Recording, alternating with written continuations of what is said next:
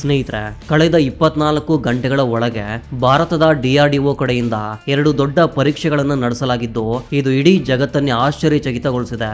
ಮೊದಲನೇ ಪರೀಕ್ಷೆಯು ರುದ್ರಂ ಕ್ಷಿಪಣಿಯದ್ದಾಗಿತ್ತು ಮತ್ತು ಜನರು ಇದನ್ನ ಸಾಮಾನ್ಯ ಕ್ಷಿಪಣಿಯಂತೆ ಭಾವಿಸ್ತಾ ಇದ್ರು.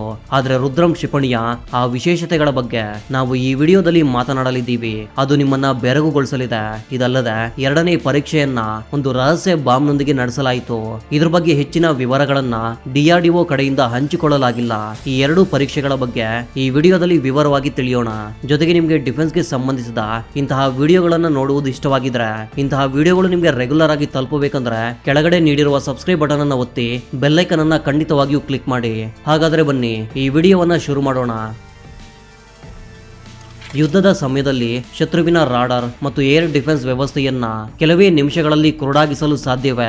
ಭಾರತದ ಸ್ವದೇಶಿ ರುದ್ರಂ ಕ್ಷಿಪಣಿಯನ್ನ ಇದೇ ಕೆಲಸಕ್ಕಾಗಿ ಅಭಿವೃದ್ಧಿಪಡಿಸಲಾಗಿದೆ.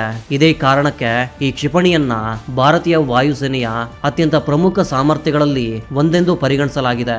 ಈಗ ಭಾರತವು ಈ ಕ್ಷಿಪಣಿಯ ಮುಂದಿನ ಆವೃತ್ತಿಯಾದ ರುದ್ರಂ 2ರ ಯಶಸ್ವಿ ಪರೀಕ್ಷೆಯನ್ನ ಇತ್ತೀಚೆಗಷ್ಟೇ ನಡೆಸಿದೆ. ಇದರ ಆರ್ಟಿಕಲ್ ನ ಸ್ಕ್ರೀನ್ ಶಾಟ್ ಅನ್ನ ನೀವು ಸ್ಕ್ರೀನ್ ಮೇಲೆ ನೋಡಬಹುದು.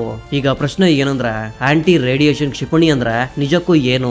ಸರಳ ಭಾಷೆಯಲ್ಲಿ ಅರ್ಥ ಮಾಡಿಕೊಳ್ಳಬೇಕಂದ್ರೆ, ಆಧುನಿಕ ಯುದ್ಧದಲ್ಲಿ ಶತ್ರುವಿನ ಅತಿದೊಡ್ಡ ಶಕ್ತಿ ಏನಂದ್ರೆ ಅವರ ರಾಡರ್ ಕಣ್ಗಾವಲು ವ್ಯವಸ್ಥೆ ಮತ್ತು ಕಮ್ಯುನಿಕೇಶನ್ ನೆಟ್ವರ್ಕ್ ಆಗಿರುತ್ತೆ. ಇದೇ ವ್ಯವಸ್ಥೆಗಳು ಶತ್ರುಗಳ ದಾಳಿ ಮಾಡಲು ಬರುವ ಯುದ್ಧ ವಿಮಾನಗಳು ಮತ್ತು ಕ್ಷಿಪಣಿಗಳ ಮಾಹಿತಿಯನ್ನು ನೀಡುತ್ತೆ. ರುದ್ರಂನಂತಹ ಕ್ಷಿಪಣಿಗಳನ್ನ ಇದೇ ರೇಡಿಯೋ ಸಿಗ್ನಲ್ ಬಿಡುಗಡೆ ಮಾಡುವ ವ್ಯವಸ್ಥೆಗಳನ್ನ ಹುಡುಕಿ ನಾಶಪಡಿಸಲು ತಯಾರಿಸಲಾಗಿದೆ. ಈ ಕ್ಷಿಪಣಿಯ ವಿಶೇಷತೆ ಏನಂದ್ರೆ, ಇದು ಶತ್ರುವಿನ ರಾಡರ್ ನಿಂದ ಹೊರಬರುವ ಸಿಗ್ನಲ್ಸ್ ಅನ್ನ ಗುರುತಿಸಬಲ್ಲದು, ಅದನ್ನ ಬೆನ್ನಟ್ಟಬಹುದು ಮತ್ತು ನಂತರ ಅದರ ಮೇಲೆ ನಿಖರವಾದ ದಾಳಿ ಮಾಡಬಲ್ಲದು. ಯುದ್ಧ ಆರಂಭಿಕ ಹಂತದಲ್ಲಿ ಇಂತಹ ಕ್ಷಿಪಣಿಗಳು ಅತ್ಯಂತ ಪ್ರಮುಖ ಪಾತ್ರವನ್ನು ವಹಿಸುತ್ತೆ. ಯಾಕಂದ್ರೆ ಇವುಗಳ ಸಹಾಯದಿಂದ ಶತ್ರುವಿನ ಏರ್ ಡಿಫೆನ್ಸ್ ನೆಟ್ವರ್ಕ್ ಅನ್ನ ದುರ್ಬಲಗೊಳಿಸಬಹುದು. ರಾಡರ್ ಮತ್ತು ಕಣ್ಗಾವಲು ವ್ಯವಸ್ಥೆಗಳು ನಾಶವಾದಾಗ ನಮ್ಮ ಯುದ್ಧ ವಿಮಾನಗಳಿಗೆ ಮುಂದೆ ಸಾಗುವುದು ತುಂಬಾ ಸುಲಭವಾಗುತ್ತೆ. ರುದ್ರಂನ ಮತ್ತೊಂದು ದೊಡ್ಡ ಶಕ್ತಿ ಏನಂದ್ರೆ ಅದರ ಸುಧಾರಿತ ಮಾರ್ಗದರ್ಶನ ವ್ಯವಸ್ಥೆ. ಇದರಲ್ಲಿ ಆಧುನಿಕ ನ್ಯಾವಿಗೇಷನ್ ತಂತ್ರಜ್ಞಾನ ಮತ್ತು ಸ್ಯಾಟಲೈಟ್ ಆಧಾರಿತ ವ್ಯವಸ್ಥೆಯನ್ನ ಬಳಸಲಾಗಿದೆ.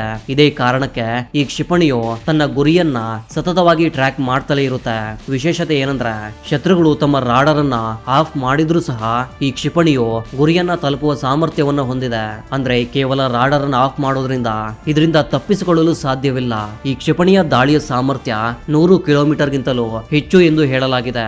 ಆದ್ರೆ ಇದರ ನಿಜವಾದ ದೂರವು ಇದನ್ನ ಎಷ್ಟು ಎತ್ತರದಿಂದ ಮತ್ತು ಎಷ್ಟು ವೇಗದಲ್ಲಿ ಲಾಂಚ್ ಮಾಡಲಾಗಿದೆ ಎಂಬುದರ ಮೇಲೆ ಅವಲಂಬಿತವಾಗಿರುತ್ತೆ. ರುದ್ರಮನ್ನ 500 ಮೀಟರ್ ನಿಂದ ಹಿಡಿದು 15 ಕಿಲೋಮೀಟರ್ ಎತ್ತರದವರೆಗೆ ಉಡಾವಣೆ ಮಾಡಬಹುದು. ಹಾಗೆಯೇ ಇದು ಧ್ವನಿಯ ವೇಗಕ್ಕಿಂತ ಸುಮಾರು 2 ಪಟ್ಟು ಹೆಚ್ಚು ವೇಗದಲ್ಲಿ ಕೆಲಸ ಮಾಡಬಲ್ಲದು. ರುದ್ರಂ ಯೋಜನೆಯು 2012ನೇ ವರ್ಷದಲ್ಲಿ ಪ್ರಾರಂಭವಾಯಿತು. ಇದನ್ನ DRDOದ ವಿವಿಧ ಪ್ರಯೋಗಾಲಯಗಳು, ಭಾರತೀಯ ವಾಯುಸೇನೆ ಮತ್ತು ಹಿಂದೂಸ್ತಾನ್ ಏರೋನಾಟಿಕಲ್ಸ್ ಲಿಮಿಟೆಡ್ ಅಂದ್ರೆ HAL ನ ಜೊತೆಗೆ ಅಭಿವೃದ್ಧಿಪಡಿಸಲಾಗಿದೆ. ಇದರ ಪರೀಕ್ಷೆಯನ್ನ ಸುಖೋಯ್ 30 MK ಯುದ್ಧ ವಿಮಾನಗಳ ಮೂಲಕ ಮಾಡಲಾಗಿದೆ. ಆದ್ರೆ ಭವಿಷ್ಯದಲ್ಲಿ ಇದನ್ನ ಇತರ ವಿಮಾನಗಳೊಂದಿಗೆ ಸಂಯೋಜಿಸಬಹುದು. ಆಧುನಿಕ ಯುದ್ಧಗಳು ದಿನೇ ದಿನೇ ನೆಟ್ವರ್ಕ್ ಆಧಾರಿತವಾಗುತ್ತಿವೆ. ಇಂದು ಕೇವಲ ಟ್ಯಾಂಕ್ಗಳು ಮತ್ತು ಯುದ್ಧ ವಿಮಾನಗಳು ಮಾತ್ರ ಪ್ರಮುಖವಲ್ಲ, ಬದಲಿಗೆ ರಾಡರ್, ಕಮ್ಯುನಿಕೇಶನ್ ಸಿಸ್ಟಮ್ ಮತ್ತು ಕಣ್ಗಾವಲು ನೆಟ್ವರ್ಕ್ಗಳು ಕೂಡ ಯುದ್ಧದ ಫಲಿತಾಂಶವನ್ನು ನಿರ್ಧರಿಸುತ್ತೆ. ಇಂತಹ ಪರಿಸ್ಥಿತಿಯಲ್ಲಿ ರುದ್ರಂನಂತಹ ಕ್ಷಿಪಣಿಗಳು ಯಾವುದೇ ವಾಯುಸೇನೆಗೆ ದೊಡ್ಡ ಕಾರ್ಯತಂತ್ರದ ಮುನ್ನಡೆಯನ್ನ ನೀಡಬಲ್ಲವು. ಇದು ಶತ್ರುವಿನ ಏರ್ ಡಿಫೆನ್ಸ್ ಸಿಸ್ಟಮ್ ಅನ್ನ ದುರ್ಬಲಗೊಳಿಸುವುದರ ಜೊತೆಗೆ ನಮ್ಮ ವಿಮಾನಗಳ ಸುರಕ್ಷತೆಯನ್ನು ಹೆಚ್ಚಿಸುತ್ತೆ. ಈ ಯಶಸ್ಸು ಭಾರತದ ಬೆಳೆಯುತ್ತಿರುವ ರಕ್ಷಣಾ ಸ್ವಾವಲಂಬನೆಯ ಅಭಿಯಾನದ ಒಂದು ಭಾಗವೂ ಹೌದು. ಕಳೆದ ಕೆಲವು ವರ್ಷಗಳಲ್ಲಿ ಭಾರತದ ಹಲವು ಸ್ವದೇಶಿ ಶಸ್ತ್ರಾಸ್ತ್ರ ವ್ಯವಸ್ಥೆಗಳನ್ನ ಯಶಸ್ವಿಯಾಗಿ ಪರೀಕ್ಷಿಸಲಾಗಿದೆ. ರುದ್ರಂ ಕೂಡ ಅದೇ ದಿಕ್ಕಿನಲ್ಲಿ ಒಂದು ಪ್ರಮುಖ ಸಾಧನೆ ಎಂದು ಪರಿಗಣಿಸಲಾಗಿದೆ. ಸದ್ಯಕ್ಕೆ ಈ ಕ್ಷಿಪಣಿಯ ಇನ್ನು ಕೆಲವು ಪರೀಕ್ಷೆಗಳನ್ನ ನಡೆಸಲಾಗುವುದು. ಅದರ ನಂತರ ಇದನ್ನ ಭಾರತೀಯ ವಾಯುಸೇನೆಗೆ ಸೇರ್ಪಡೆಗೊಳಿಸಬಹುದು. DRDO ಭವಿಷ್ಯದಲ್ಲಿ ಇದರ ಸಾಫ್ಟ್ವೇರ್ ಮತ್ತು ಗುರಿ ಗುರುತಿಸುವ ಸಾಮರ್ಥ್ಯವನ್ನ ಮತ್ತಷ್ಟು ಉತ್ತಮಗೊಳಿಸುವ ಯೋಜನೆಯ ಮೇಲೂ ಕೆಲಸ ಮಾಡುತ್ತಿದೆ. ಜೊತೆಗೆ ಇದರ ಭೂಮಿಯಿಂದ ಉಡಾವಣೆ ಮಾಡುವ ಆವೃತ್ತಿಯನ್ನ ಅಭಿವೃದ್ಧಿಪಡಿಸುವ ಬಗ್ಗೆಯೂ ಪರಿಶೀಲಿಸಲಾಗುತ್ತಿದೆ. ಒಟ್ಟಾರೆಯಾಗಿ ಹೇಳೋದಾದ್ರೆ ರುದ್ರಂ ಕೇವಲ ಒಂದು ಕ್ಷಿಪಣಿಯಲ್ಲ, ಬದಲಿಗೆ ಆಧುನಿಕ ಯುದ್ಧದಲ್ಲಿ ಶತ್ರುವಿನ ಕಣ್ಣು ಮತ್ತು ಕಿವಿ ಎಂದು ಪರಿಗಣಿಸಲಾಗುವ ರಾಡಾರ್ ವ್ಯವಸ್ಥೆಯನ್ನು ಧ್ವಂಸಗೊಳಿಸುವ ಒಂದು ಪ್ರಮುಖ ಆಯುಧವಾಗಿದೆ. ಈ ಟೆಸ್ಟ್ಗಾಗಿ ಕಾಮೆಂಟ್ ನಲ್ಲಿ ಜೈ ಹಿಂದ್ ಎಂದು ಬರೆಯೋದನ್ನ ಮರಿಬೇಡಿ. ಮುಂದಿನ ಸುದ್ದಿಯ ಕಡೆಗೆ ಸಾಗೋಣ. ವಾಸ್ತವವಾಗಿ ಭಾರತವು ಗುಪ್ತವಾಗಿ ಇಂಥದ್ದೊಂದು ಆಯುಧವನ್ನು ಸಿದ್ಧಪಡಿಸಿದೆ. ಇದರ ನಿಜವಾದ ಶಕ್ತಿಯನ್ನ ಸದ್ಯಕ್ಕೆ ಜಗತ್ತಿನ ಮುಂದೆ ಮುಚ್ಚಿಡಲಾಗುತ್ತಿದೆ. DRDO ಇತ್ತೀಚೆಗೆ ನಡೆಸಿದ ಪರೀಕ್ಷೆಯು ರಕ್ಷಣಾ ತಜ್ಞರ ನಡುವೆ ಹೊಸ ಚರ್ಚೆಯನ್ನ ಹುಟ್ಟುಹಾಕಿದೆ. ಕಾರಣವೇನೆಂದ್ರೆ ಈ ಬಾರಿ ಪರೀಕ್ಷೆಯಂತೂ ನಡೆಯಿತು, ಆದ್ರೆ ಇದರ ಬಗ್ಗೆ ಅತ್ಯಂತ ಕಡಿಮೆ ಮಾಹಿತಿಯನ್ನ ಸಾರ್ವಜನಿಕಗೊಳಿಸಲಾಗಿದೆ ಮತ್ತು DRDO ಯಾವುದೇ ಆಯುಧದ ಸಾಮರ್ಥ್ಯವನ್ನ ಬಹಿರಂಗ ಪಡಿಸದೇ ಇದ್ದಕ್ಕಾಗಿ ಕುತೂಹಲ ಇನ್ನೂ ಹೆಚ್ಚಾಗುತ್ತಿದೆ.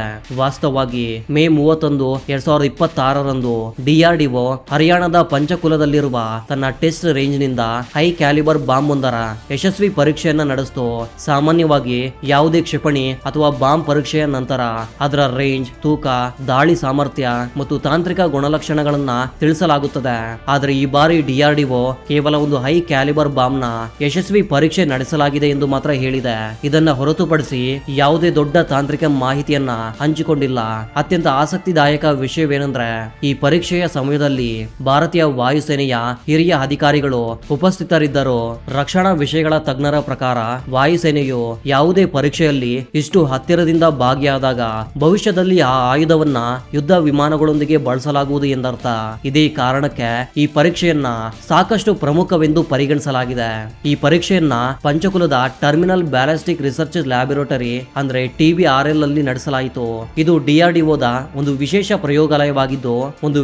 ಪ್ರಯೋಗಾಲಯವಾಗಿದ್ದು ಇಲ್ಲಿ ಬಾಂಬ್ಗಳು, ವಾರ್ಹೆಡ್ಗಳು ಮತ್ತು ಸ್ಫೋಟಕ ವ್ಯವಸ್ಥೆಗಳ ಸಾಮರ್ಥ್ಯವನ್ನ ಪರೀಕ್ಷಿಸಲಾಗುತ್ತದೆ. ಆಯುಧದ ವಿನಾಶಕಾರಿ ಶಕ್ತಿ ಎಷ್ಟಿದೆ, ಅದು ಬಂಕರ್ ಅಥವಾ ಬಲಿಷ್ಠ ರಚನೆಗಳಿಗೆ ಎಷ್ಟು ಹಾನಿ ಮಾಡಬಹುದು ಎಂಬಂತಹ ಪ್ರಮುಖ ತಪಾಸಣೆಗಳು ಇಲ್ಲೇ ನಡೆಯುತ್ತವೆ.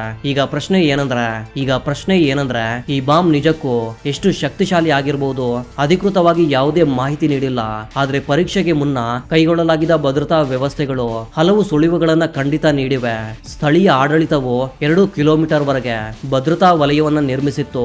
ಸುತ್ತಮುತ್ತಲಿನ ಹಳ್ಳಿಗಳ ಜನರಿಗೆ ಮನೆಗಳ ಒಳಗೆ ಇರುವಂತೆ ಸಲಹೆ ನೀಡಲಾಗಿತ್ತು. ಸ್ಫೋಟದ ನಂತರ ಹೊರಬರುವ ಚೂರುಗಳು ಸಾಕಷ್ಟು ಎತ್ತರದವರೆಗೆ ಹೋಗಬಹುದು ಎಂದು ಅಧಿಕಾರಿಗಳು ಎಚ್ಚರಿಕೆಯನ್ನು ನೀಡಿದ್ರು.